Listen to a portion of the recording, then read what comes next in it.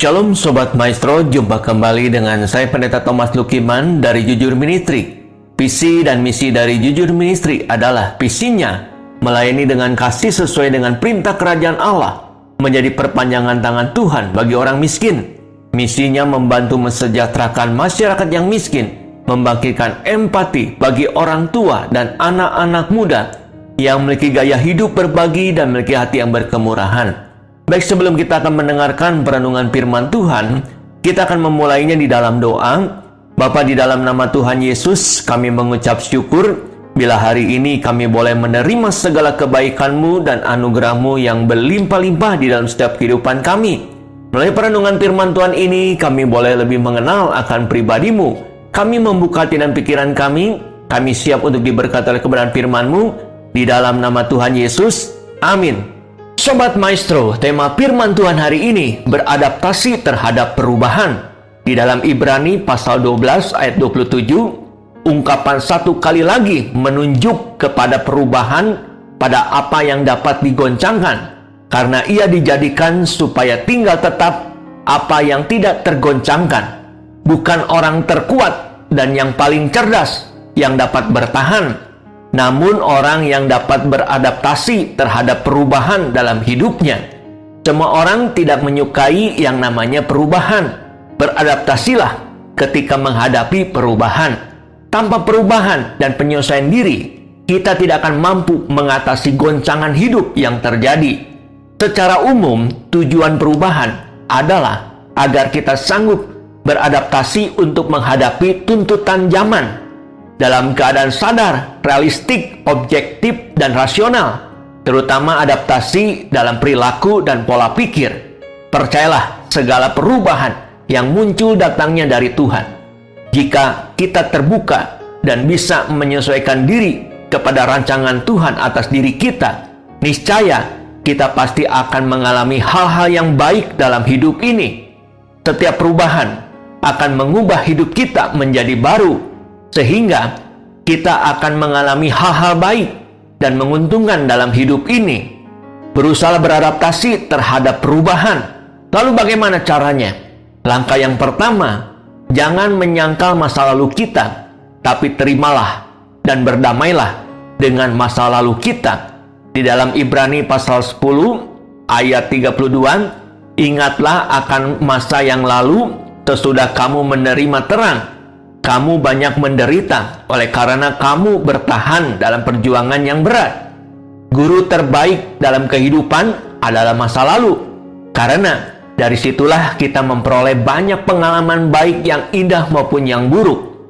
Melalui banyaknya pergumulan dan masalah kehidupan membuat kita menjadi lebih kuat. Jangan lari dari masa lalu akibat luka dan kepedihan.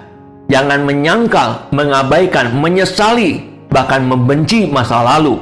Tetapi berdamailah dengan masa lalu. Niscaya kita akan memiliki rentetan cerita yang lengkap dan indah. Karena dari masa lalu, kita bisa membangun masa depan yang indah dan yang penuh dengan pengharapan.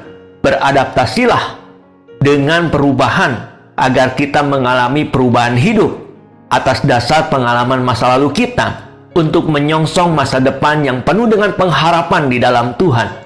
Berbanggalah dan bersyukurlah atas masa lalu. Jangan mengarang kebohongan masa lalu untuk menutupi luka, penderitaan, dan segala kekurangan. Justru di dalam segala hal yang kita alami menjadi alat kesaksian yang memberkati banyak orang. Langkah yang kedua, jika ada orang yang berbicara mengenai kita di belakang, itu adalah tandanya bahwa kita sudah ada di depan mereka. Di dalam Titus pasal 2 ayat 7 dan 8, dan jadikanlah dirimu sendiri suatu teladan dalam berbuat baik. Hendaklah engkau jujur dan bersungguh-sungguh dalam pengajaranmu, sehat dan tidak bercela dalam pemberitaanmu, sehingga lawan menjadi malu, karena tidak ada hal-hal buruk yang dapat mereka sebarkan tentang kita. Zaman sekarang yang namanya gosip dan hoak begitu bebas merajalela di mana-mana. Jika terpengaruh olehnya, maka hidup kita akan mengalami seperti yang disebarkan melalui gosip atau hoak tersebut. Jadilah orang yang memiliki prinsip hidup yang jelas dan kuat. Jangan ikut-ikutan menyebarkan hoak dan gosip. Hal ini termasuk fitnah. Apakah kita tidak takut akan hukuman? Jangan izinkan iblis memanfaatkan kita untuk menimbulkan keresahan. Tapi jadikanlah dunia ini suatu tempat yang nyaman dan aman, penuh dengan sukacita dan damai sejahtera. Jangan sampai kita kehilangan sahabat, keluarga, dan pasangan hanya karena termakan gosip. Pikirkan semuanya dengan baik dan benar. Berpegang saja kepada firman Tuhan. Niscaya hidup kita akan berubah ke arah yang lebih baik. Langkah yang ketiga, tidak perlu menghakimi orang lain.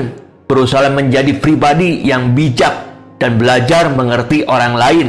Di dalam Matius pasal 7 ayat 2, karena dengan penghakiman yang kamu pakai untuk menghakimi, kamu akan dihakimi.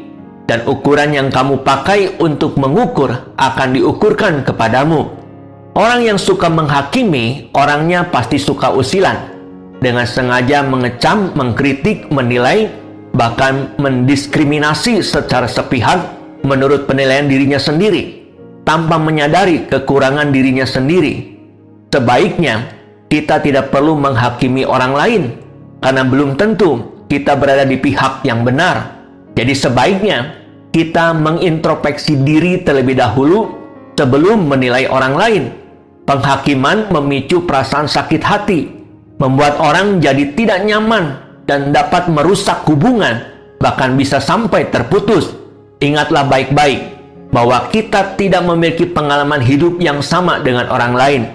Pilihan hidup satu orang mungkin tidak sesuai dengan ekspektasi orang lain. Jadi, sesungguhnya kita tidak berhak memberikan penghakiman apapun atas pilihan hidup orang lain. Setiap orang memiliki hak prerogatif untuk menentukan langkah hidupnya sendiri. Dengan menghargai dan menghormati perbedaan, kita bisa belajar banyak darinya agar tercipta hubungan sosial yang lebih baik. Alhasil, kita akan lebih mudah melangkah kemanapun tanpa tersandung-sandung dengan mereka yang merasa marah dan tersinggung oleh penghakiman yang kita lakukan. Sobat Maestro, demikianlah perenungan firman Tuhan pada hari ini. Dan saya akan akhiri perenungan firman Tuhan hari ini di dalam doa. Bapa, terima kasih bila hari ini kami boleh mendengarkan kebenaran firman Tuhan yang menuntun setiap langkah kehidupan kami saat kami menghadapi berbagai macam hal yang harus kami hadapi di dalam kehidupan ini. Hari ini kami telah belajar bagaimana berusaha beradaptasi terhadap perubahan. Langkah yang pertama, kami tidak akan menyangkal masa lalu kami, tapi kami akan menerimanya dan berdamai dengan masa lalu kami. Langkah yang kedua, jika ada orang yang membicarakan mengenai kami di belakang, itu adalah tandanya bahwa kami sudah ada di depan mereka. Langkah yang ketiga, kami tidak perlu lagi menghakimi orang lain, tapi kami mau berusaha menjadi pribadi yang lebih bijak dan belajar mengerti orang lain. Materaikan firman-Mu dalam setiap hati kami, agar kami menjadi pelaku-pelaku firman Tuhan yang hidup. Di dalam nama Tuhan Yesus, kami berdoa dan mengucap syukur. Amin.